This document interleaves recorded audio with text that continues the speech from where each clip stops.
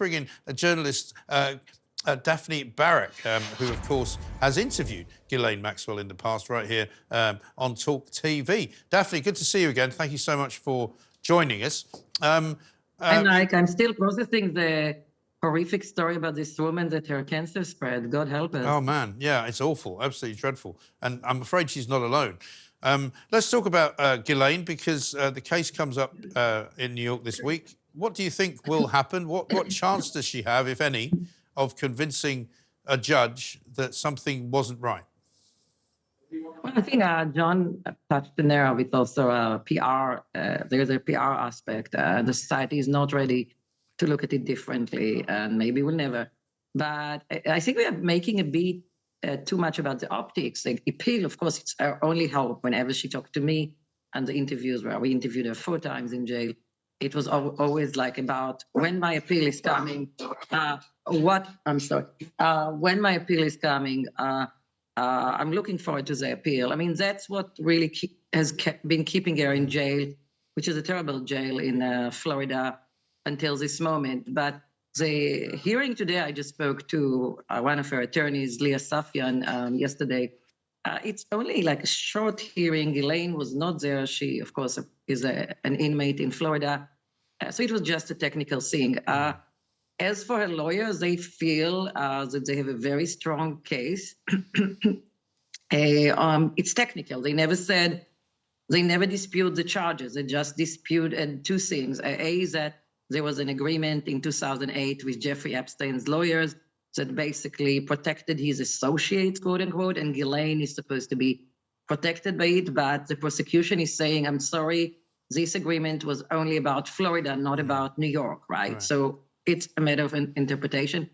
If she wins this one, and I don't want to put my opinion, we are not in the gambling business, then she walks free. The second one is, of course, everybody remembers a very controversial juror who basically lied, knowingly or unknowingly, that he was not involved in any sexual misconduct. And basically, then he told the other jurors that he was a victim.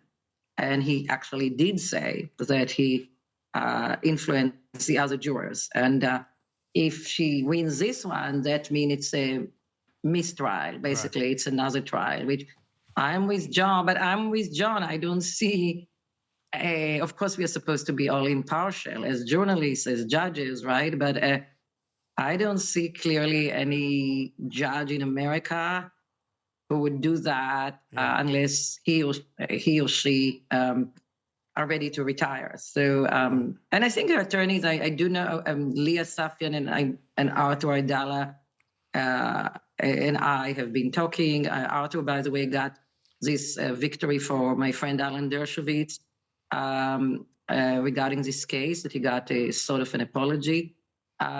So they do know what they're going against, and they do think off the record that they will have to go all the way to the Supreme Court. Yes. And from what you know of the case and your knowledge of Ghislaine as well, is this going to be her final kind of chance? If this doesn't work for her, then she's stuck, she's done, she's in prison for a long time, probably the rest of her life.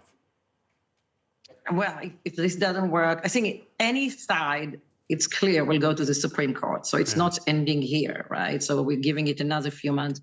And then, of course, it's a matter if the Supreme Court will hear it and whatever will happen. But after the Supreme Court, this is a dead end, right? And if she doesn't get any victory, then she is stuck for I wouldn't say rest of her life. It's very cruel, but most of her life in this jail, which is really, it's not a cushy jail. It's really, I understand, not only from her, that it's really like an old building, and then the food is all kind of things. I don't want to go there because you are an evening show, and I don't know what she will do. I mean, there are all kind of talks. Maybe they can ask to transfer to another jail. They could after her appeals are exhausted, or even to the UK, which at least half of her family, her brothers Ian and Kevin, are there. Although she has 2 sisters here, right? Isabel and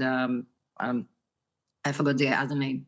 But you know, for a 62 years old woman, it is what it is, It's right? tough, yeah. Is there any chance you think that she may have more to say because of the fact that she then realises that maybe she has nothing else to lose? I mean, she has a lot to say. I mean, when the first two times I interviewed her, she even refused to talk about Prince Andrew. Right. And I had to sort of grill her and grill her and grill her until she said something at the end of the second interview, and then the third, and then the fourth. So she has a lot to say. I think, yeah. I mean, look, Ghislaine is educated and manipulative. I'm not saying it. I mean, some people would think I'm saying it negatively. Some people would think it's positive, but she is manipulative. She definitely has been living from the days that she was sentenced to this day, today, to the appeal. So God forbid if her, God forbid for her, if her big hopes are going to be gone. What she will do, it's up to her. But she definitely has a lot more to say, and I know many are waiting for her to talk. So yeah, that will be interesting. Yeah, absolutely right. Well, Daphne, great to see you. Great to talk to you. Thank you, as ever, for taking the time to spend with us at the Independent Republic of Mike Graham. Daphne Barak. Thank you very much, Mike. No problem at all. Daphne Barak, journalist, author, of course, as well, knows an awful lot about and has interviewed before Ghislaine Maxwell as well. So will she have more to say if this appeal does not work? That's when it starts to get very interesting, not least for the likes of Prince Andrew.